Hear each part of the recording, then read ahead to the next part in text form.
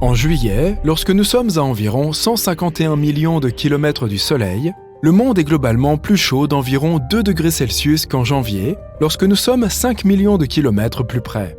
C'est parce qu'il y a plus de terres émergées dans l'hémisphère nord de la planète que dans l'hémisphère sud, et la Terre a tendance à se réchauffer plus que l'eau. Pendant l'été septentrional, en juillet, la surface de sol terrestre chauffée est plus étendue qu'en janvier. La planète se réchauffe donc un peu plus à cette époque, même si nous sommes plus éloignés de notre source de chaleur. Plus la Lune est proche de l'horizon, plus elle semble grande. Ce phénomène s'appelle l'illusion lunaire. L'une des théories visant à l'expliquer prétend que l'atmosphère joue le rôle d'une loupe, ce qui fait paraître la Lune plus grosse. En réalité, si l'atmosphère était impliquée dans cet effet, la Lune aurait l'air non pas plus grosse, mais plus petite. La plupart des experts pensent que l'illusion est créée par ton propre esprit, pouvant faire apparaître la Lune plus de 2 fois sa taille. Lorsque le satellite naturel de la Terre est haut dans le ciel, tu n'as aucun repère visuel pour savoir à quelle distance il se trouve. Mais lorsqu'il est près de l'horizon, tu peux voir les objets qui l'entourent en détail. Cela fait paraître la Lune plus grosse. Mais ce n'est qu'une des nombreuses théories expliquant le phénomène. Au fait, tu peux déjouer cette illusion en te penchant et en regardant la Lune à l'envers à travers tes jambes. Une journée sur Vénus est plus longue qu'une année sur Terre. Il faut en effet à la planète 243 jours terrestres pour tourner sur elle-même, et seulement 225 jours terrestres pour faire un tour complet autour du Soleil. Il y a environ 5 millions d'années, le trou noir supermassif au centre de notre galaxie a propulsé une étoile à partir de lui-même, et elle voyage maintenant à travers la Voie lactée 10 fois plus vite que toute autre étoile. Les anneaux de Saturne sont très fins par rapport à sa taille. Si tu avais un modèle réduit de la planète d'1 mètre de diamètre, les anneaux seraient 10 000 fois plus fins qu'une lame de rasoir. Mercure est âgé de quelques milliards d'années. En 2016, les scientifiques ont découvert des anomalies à la surface de la planète qui montrent qu'elle rétrécit. Après d'autres recherches, ils ont découvert que Mercure n'a pas encore fini de se refroidir. La Terre et la Lune s'éloignent progressivement l'une de l'autre, aussi lentement que tes ongles poussent. C'est le revers de la médaille de la force gravitationnelle de notre satellite. La Lune crée des marées dans les océans de la Terre, qui à leur tour tirent sur la Lune et la font accélérer. Cela déplace le satellite vers une orbite plus élevée. À l'époque préhistorique, la Lune était bien plus proche de notre planète qu'elle ne l'est aujourd'hui. Heureusement, nous ne sommes pas près de perdre la Lune. Plus elle s'éloigne, plus sa force gravitationnelle s'affaiblit.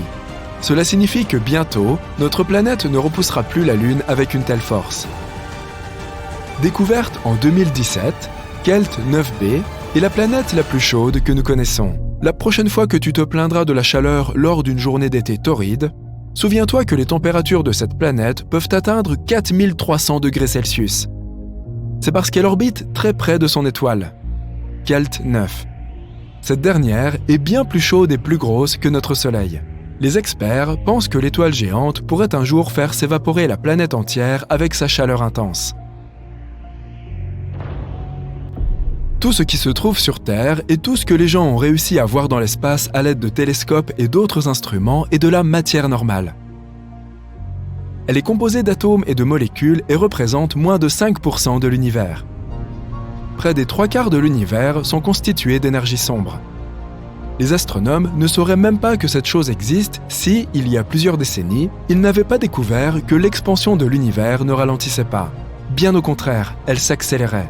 Cela signifiait qu'il devait y avoir une force énigmatique qui contrecarrait la gravité, celle que l'on a surnommée énergie sombre.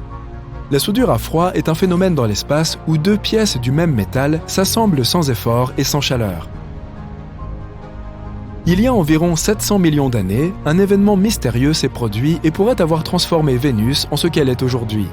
Certes, les astronomes ne peuvent pas voir directement la surface de la planète, car elle est recouverte de plusieurs couches d'épais nuages.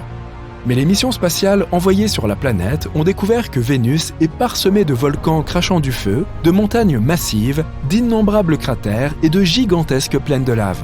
Les températures sur la planète sont si incroyablement élevées qu'elles pourraient faire fondre le plomb. Et la pression atmosphérique est si forte qu'elle écraserait instantanément tout être vivant assez téméraire pour y mettre les pieds.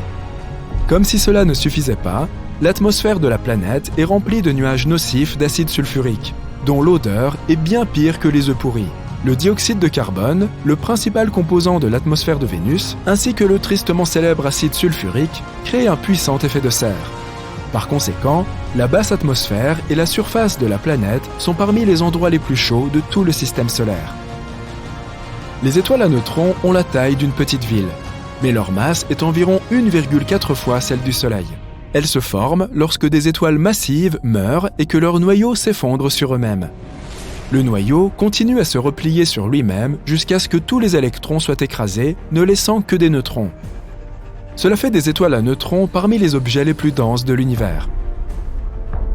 En fait, une seule cuillère à café de matériaux d'étoiles à neutrons pèserait 1 milliard de tonnes.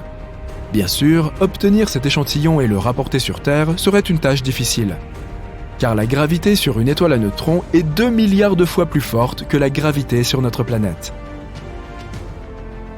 À cause de l'effet de la Lune sur la Terre, notre planète tourne de plus en plus lentement. Mais cela est très progressif. Elle perd environ 17 millisecondes tous les 100 ans. Il faudra donc 140 millions d'années avant que nous ne puissions ajouter une seule heure à une journée.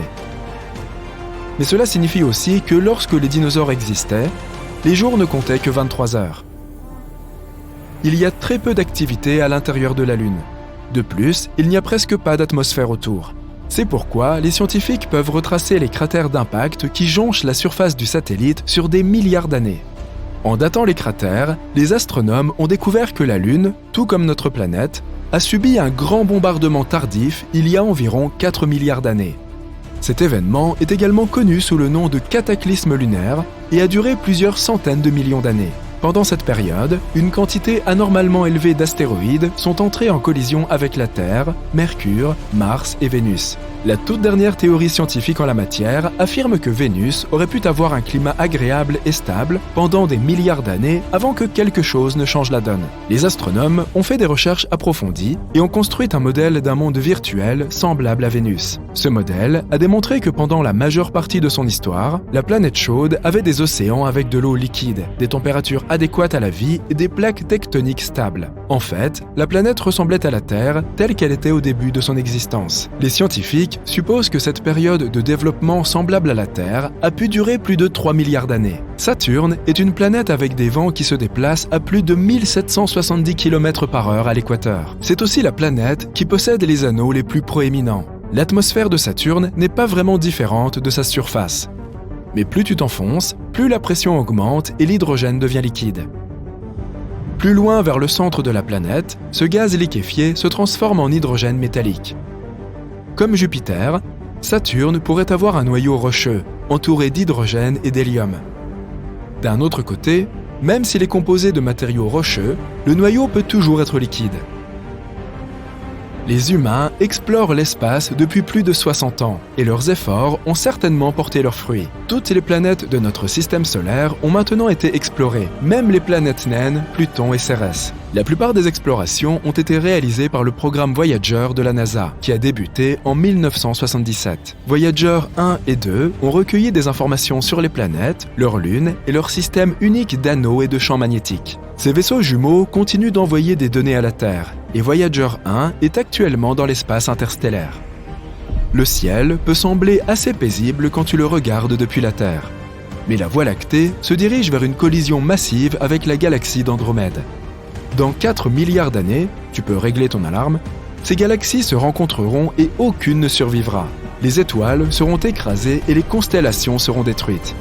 Finalement, les deux géantes fusionneront et formeront une galaxie elliptique.